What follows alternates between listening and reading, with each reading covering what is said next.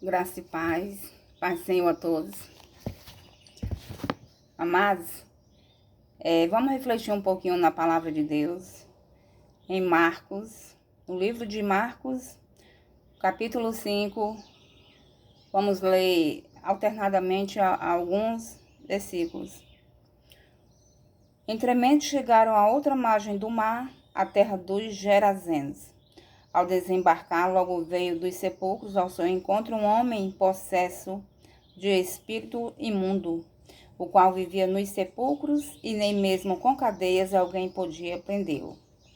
Porque, tendo sido muitas vezes preso com grilhões e cadeias, as cadeias foram quebradas por ele e os grilhões despedaçados, e ninguém podia subjugá-lo. Andava sempre de noite e de dia, clamando por entre os sepulcros e pelos montes, ferindo-se com pedras. Quando de longe viu Jesus, correu e o adorou. Amados, aqui é uma passagem que a gente vê o amor de Deus por as almas. A gente pode aqui até dar um título aqui, o valor de uma alma para Deus, né? Apesar que muitas almas aqui, para alguns não tem valor, mas saiba que para Deus você tem valor. E a prova é que Deus não está preocupado com multidões, com números. Logicamente que ele quer salvar a todos. Ele quer salvar a todos. Mas a salvação não é de todos, porque nem todos vão crer. Mas no caso aqui, Deus que sonda os corações, viu a carência daquele homem possesso por legiões de demônios, né? A Bíblia diz que, se você for ler o resto da história, que a gente ainda vai ler mais algumas passagens, esse homem tinha legiões de demônio. Se você for calcular essa legião, você colocar aí no Google, em alguma coisa aí, são inúmeros, milhares de demônios em uma só pessoa. E o Senhor, aquele Deus maravilhoso, que é maravilhoso, Jesus Cristo, ele foi naquela cidade, né? Antes já tinha enfrentado, seus discípulos já tinham enfrentado uma tempestade, e ele já tinha acalmado a tempestade. Tudo isso, ele enfrentou tudo aquilo, enfrentou aquela tempestade para poder curar esse homem, para poder libertar esse homem. Porque foi para isso que ele veio, para libertar os cativos, né? Como diz lá em Isaías, quando ele fala aquele versículo, o Espírito de Deus está sobre mim, né? Porque me enviou a evangelizar os pobres, né? E no final ele diz assim, e a libertar os cativos e a pregoar o ano aceitável do Senhor. Foi para essa função que Jesus veio, para os tirar das garras do inimigo. E aqui a gente vê o valor de uma alma. Ali era uma cidade, uma aldeia, uma pequena cidade. E lá tinha aquele rapaz, tinha aquele homem, que a Bíblia fala, a história fala, que ele vivia mais pela noite, ele vivia despido, vivia nu. Ele vivia pelos sepulcros, pelo deserto, ele se feria com pedras. As pessoas tentavam de todas as maneiras prendê-lo, com grilhões, com cadeias, mas os espíritos imundos que estavam nele, os demônios que estavam nele, despedaçava tudo. A Bíblia diz aqui que nada podia subjugá-lo, no versículo 4, na parte B. Então foi para lá, para essa cidadezinha, para essa aldeia, onde Jesus foi, para dar a cura àquele homem e automaticamente salvá-lo também, né? E Jesus foi, e ainda que se arriscando, né, como homem, se arriscando ser reconhecido, porque Jesus veio para cumprir uma profecia. A profecia tinha que se cumprir aos poucos, não foi tudo de uma vez. Então ainda não era hora de Jesus ser manifestado ao mundo, que ele era o rei, o Filho de Deus, né? Então, ainda que ele estava se arriscando aqui até a sua pele naquele momento, e porque aquele demônio, quando viram, a gente vê aqui, que o demônio conhece Jesus e o poder de Jesus. Vamos ver aqui. No versículo 6. Vamos ver um pouquinho, no versículo 5, para poder a gente entender melhor. Ele, o demônio, o rapaz, né, que estava endemoniado, ele andava sempre de noite e de dia, clamando por entre os sepulcros e pelos montes, ferindo-se com pedras. Quando de longe viu Jesus, correu e o adorou, exclamando com alta voz: Que tenho eu contigo, Jesus, filho do Deus Altíssimo? Conjuro-te por Deus que não me atormentes. Porque Jesus lhe dissera: Espírito imundo, sai desse homem. E perguntou-lhe: Qual é o teu nome? Respondeu ele: Legião é o meu nome, porque somos muitos. Então aqui a gente vê que os demônios sabem quem é Jesus, quem é Deus, a autoridade de Jesus, eles sabem, né? Então, mesmo estando naquele homem, né? Ele disse, né? Que tenho eu contigo, Jesus, filho do Deus Altíssimo. Então, a gente vê aqui que o poder do nome de Jesus, o poder de Jesus, né? Até os demônios conhecem Jesus e se prostram e rogam, como diz aqui. Como mais na frente a gente vai ver, eles rogando a Jesus. Então, a gente vê aqui que Jesus, ele naquele momento, ele enfrentou até, assim, o perigo de ser reconhecido antes do tempo, né? Porque tudo tinha que ser conforme as escrituras, tudo a seu tempo. E então aqui, se tivesse alguém assim, com certeza tinha algumas pessoas, né? Sempre tem alguém ouvindo e digamos que o rei, né, soubesse que ali era Jesus Cristo, que o rei só pensava assim, não queria perder seu trono, né? É tanto que Herodes mandou matar aquelas crianças com medo do rei, né? Com medo do rei tomar o seu trono. Ele não estava disposto a entregar o seu trono assim. Ele pensava que Jesus, como rei, só vinha reinar aqui nessa terra. Ele não levou pelo lado espiritual, porque o homem natural, ele não consegue discernir as coisas espirituais.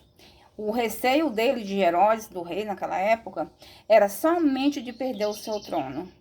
Ele não tinha aquela sabedoria dada por Deus, ele não tinha a sabedoria de entender que Jesus era o rei, mas o seu reinado não era aqui na terra.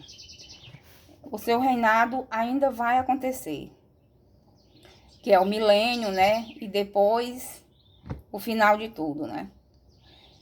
Então aqui a gente vê Jesus, né? Ele se arriscou a sua pele, digamos assim, naquele momento, estou dizendo com minhas palavras, porque eu também não sei me expressar muito assim, muito bem, com palavras assim diferentes. Tô falando assim, bem popular, bem povão mesmo, né?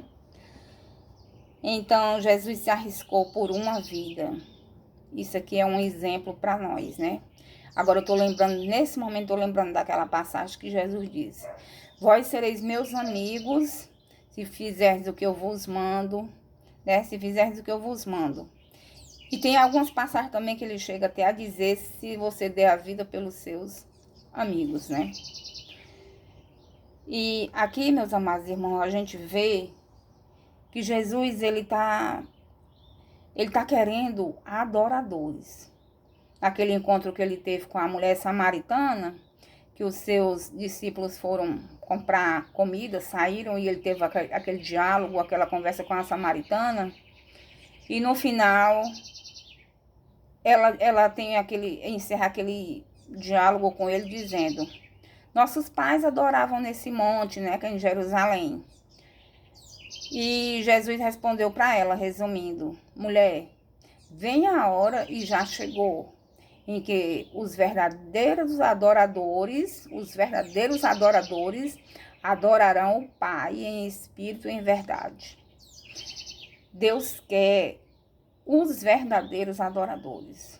Deus não está preocupado com multidões, igrejas cheias, Amém, se a igreja estiver cheia e todos estiverem adorando a Deus da maneira que Deus quer, da maneira que Deus manda. Mas muitas vezes é somente ouvinte, né? Somente ouvinte. Mas a Bíblia também vai dizer que não sejais somente ouvintes negligentes, mas sejais praticantes, né, da palavra. Então, voltando aqui para o texto, a gente vê o amor de Deus, não só em palavras, porque a gente às vezes diz que ama, mas fica só nas palavras. É um amor não demonstrativo, né? E Jesus não só demonstrou, mas provou que nos ama, ao ponto de morrer por nós naquela cruz para nos salvar. Então, aqui fica essa reflexão hoje, que Deus nos ama. Deus nos ama. Ele não está preocupado com multidão, não está preocupado... Ele está preocupado, enfim, ele está preocupado que nós tenhamos um coração quebrantado, contrito, e que ande na sua presença, com interesse de coração. Mas essa história teve um final feliz por causa daquele rapaz, glória a Deus, que o objetivo de Jesus foi isso mesmo, foi salvar a vida daquele homem, porque ele conhecia o coração daquele homem, sabia da carência dele, ele estava possuído por legiões de demônios. A gente imagina, se um demônio faz miséria na vida de uma pessoa, de um ser humano, imagine uma legião de demônios numa só pessoa. Então, Jesus, sabedor de todas as coisas, ele se compadeceu e ele foi para poder libertar e salvar aquele homem daquela legião de demônios. Mas o triste é aqui ver que no final dessa história, que diz, vamos ler um pouquinho mais para o final. Os gerazenos rejeitam a Jesus, do mesmo capítulo 5, do versículo 15 em diante. Vamos ler um pouquinho. Então saiu o povo para ver o que sucedera. Indo ter com Jesus, viram o endemoniado que tivera a legião, assentado, vestido em perfeito juízo, e temeram. Os que haviam presenciado os fatos contaram-lhe o que acontecera ao endemoniado e acerca dos porcos, e entraram a rogar-lhe que se retirasse da terra deles. Então, meus amados irmãos, aqui não foi assim totalmente um final feliz. Refriso novamente que foi feliz para aquele homem. E Jesus, que conhece os corações, foi exclusivamente para aquele homem, porque ele sabia que os outros estariam endurecidos. E aqui, no decorrer dessa história, né? Aqui a gente vai ver no versículo 9...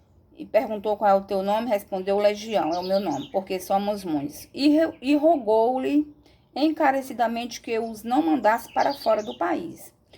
Ora, pastava ali pelo monte uma grande manada de porcos.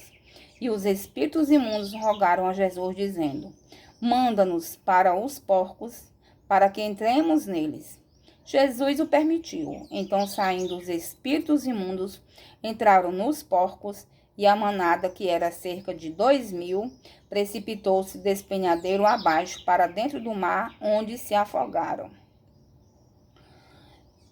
Então, amados irmãos, aqui a gente vê aquele povo daquela cidade, daquela região, ao invés de se alegrarem com a cura, com a libertação daquele homem, que eles conheciam muito bem, porque a Bíblia diz aqui, que muitas vezes eles tentavam de todas as maneiras prender aquele homem, amarravam não, botavam cadeias naquele homem, nada continha aquele homem por causa do demônio que estava naquele homem. Então, ao invés deles se alegrarem com a libertação daquele homem, mas a incredulidade continuava nos seus corações. Eles foi revoltados, ficaram tristes, e a cidade em peso rogaram a Jesus que fosse embora da cidade. Porque, se a gente for analisar, eles ficaram com raiva, porque aqui dá para entender que aquela região, eles viviam mais de porcos, né? De criar porcos, de vender porcos. E ali, para aqueles porqueiros, os porqueiros ficaram desempregados, né? Foram muitos que ficaram desempregados. Ali eles já ficaram assim, a gente já pensa que eles já ficaram com raiva de Jesus, né? Porque eles tinham até perdido seus empregos, né? Porque como Jesus mandou, expeliu aqueles demônios e ia passando uma manada de porcos por ali, e os espíritos rogaram que não queria ir para outro país, queriam continuar ali, por ali. E rogaram que se fosse para expelir daquele homem, mandasse para os porcos. E Jesus aceitou, né? Consentiu.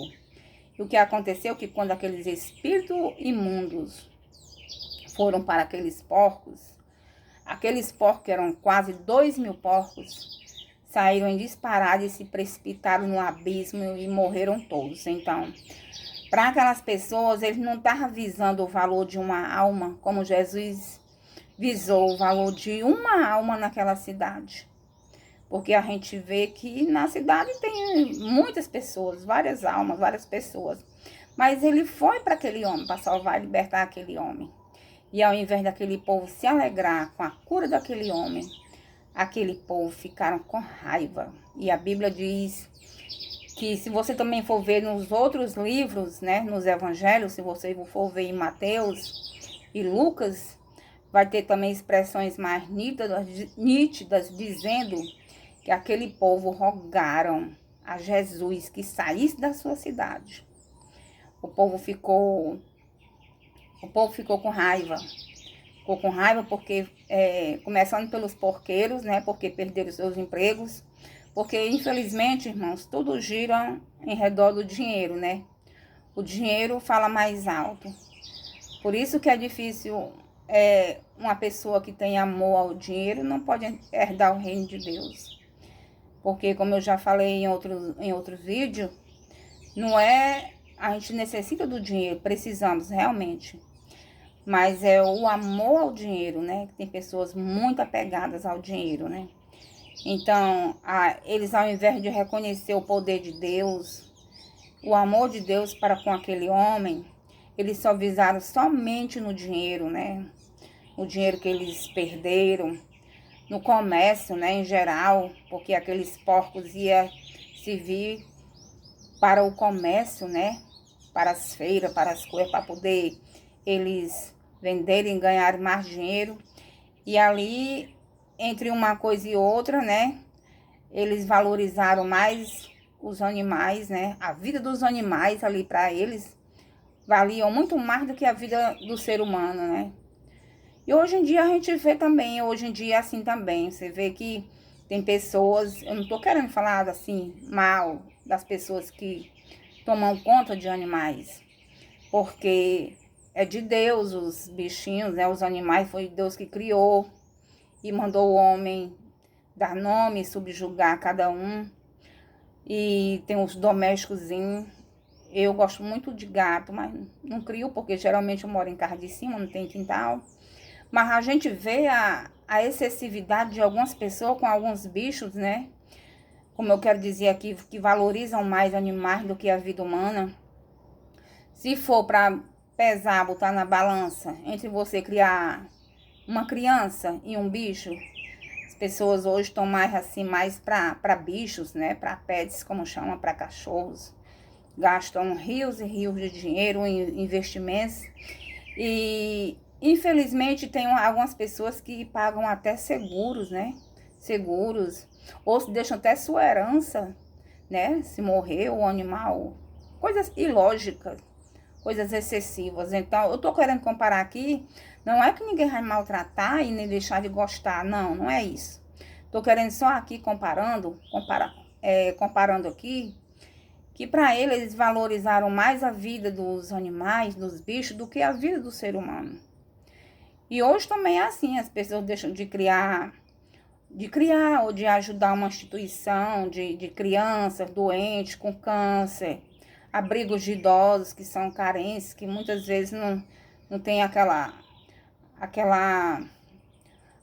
maneira como era para ser, né? Aquela ajuda como era para ser. A gente vê muitos abrigos tão necessitados. Aqui mesmo na minha cidade, em Fortaleza, tem alguns abrigos que eu conheço, muito bons, mas que carecem de ajudas. Enquanto tem pessoas aí pelo meio do mundo esbanjando dinheiro com coisas ilógicas, como eu falei, e tendo tanta vida humana necessitada, né? Então aqui fica assim, vamos valorizar mais as pessoas, vamos gostar dos animais, mas colocá-los no seu devido lugar, porque o primeiro plano de Deus são as pessoas, que Deus criou o homem à sua imagem e semelhança. Então aqui a gente vê, voltando aqui para o assunto aqui, que eles rogaram que Jesus saísse das cidades, né? Não reconheceram aqui o poder de Deus, né? O amor de Deus. Mas glória a Deus que aquele homem foi liberto, aquele homem foi salvo, né? Porque ele entendeu o amor de Deus, ele ficou grato, né? Ele aqui também, a gente vê aqui a gratidão que ele sentiu. Inclusive, ele queria acompanhar Jesus. Ele queria acompanhar Jesus aqui no versículo 19 do capítulo 5. 18. Ao entrar Jesus no barco, suplicava-lhe o que fora endemoniado que o deixasse estar com ele. Jesus, porém, não lhe permitiu, mas ordenou-lhe: vai para a tua casa e para os teus. Anuncia-lhes tudo o que o Senhor te fez e como teve compaixão de ti. Então ele foi e começou a proclamar em Decápolis tudo o que Jesus lhes fizera, e todos se admiravam. Então, ele suplicou a Jesus, mas Jesus viu o quanto ele já tinha perdido de tempo sem estar com a sua família. Não que com Jesus a gente não está perdendo tempo, está só investindo. Mas que ele já estava um bom tempo, muito tempo, longe da sua família, né? De dia e de noite aí se ferindo com pedras e tudo, longe da família. Com certeza a família sofrendo, né? Sofrendo por aquela situação, sem ver uma saída. Mas Jesus é a única saída, Jesus é a solução para todos os problemas. Então, Jesus não deixou que ele acompanhasse, porque Jesus entendeu que ele precisava de um suporte da sua família. E o serviço de Cristo exige abnegação. Ele não poderia ir com Jesus e estar com o coração lá na sua família, desejoso de estar com os seus, né? Então, Jesus concedeu que ele ficasse com a sua família. E ele alegremente, a Bíblia diz que ele foi e proclamava em Decápolis tudo o que Jesus lhe fizera. E é assim conosco também. A gente também, no mundo, a gente era cheio de demônio. A gente se feria e feria as outras pessoas. Até que Jesus chegou. E depois que Jesus chega e varre a casa, que é o nosso coração, espiritualmente falando, não pode ser mais como antes. E ali, a partir dali, a gente tem que fazer como esse moço, né? A gente tem que proclamar, a gente tem que anunciar o amor de Deus para com as pessoas. Então, essa é a meditação de hoje. E quero agradecer muito a Deus por ele estar me dando uma palavra. Eu posso, às vezes, não orar aqui no início, mas quando eu não oro aqui publicamente, eu já tenho orado, pedindo a Deus uma palavra que venha de encontro ao coração do necessitado, daquele que está necessitando. E eu agradeço a Deus por ele ter me dado essa palavra, que me marca muito. E cada vez que eu falo dessa palavra, desse moço, eu percebo que Deus me dá de uma forma diferente. Porque a palavra de Deus se renova a cada manhã. Louvado seja Deus. Bom dia a todos e até o próximo vídeo. Amém.